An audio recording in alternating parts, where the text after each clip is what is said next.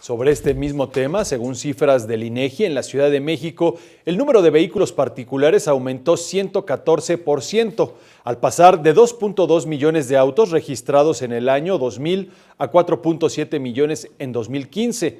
En muchos sentidos, la concentración de autos que vive la capital supera la de cualquier entidad del país. Y es que al dividir la cantidad de habitantes entre el número de autos, da un promedio de 1.8 habitantes por coche. Según estudios de la UNAM, esta es una de las principales razones por las que aumenta el tiempo de los traslados en la zona metropolitana del Valle de México.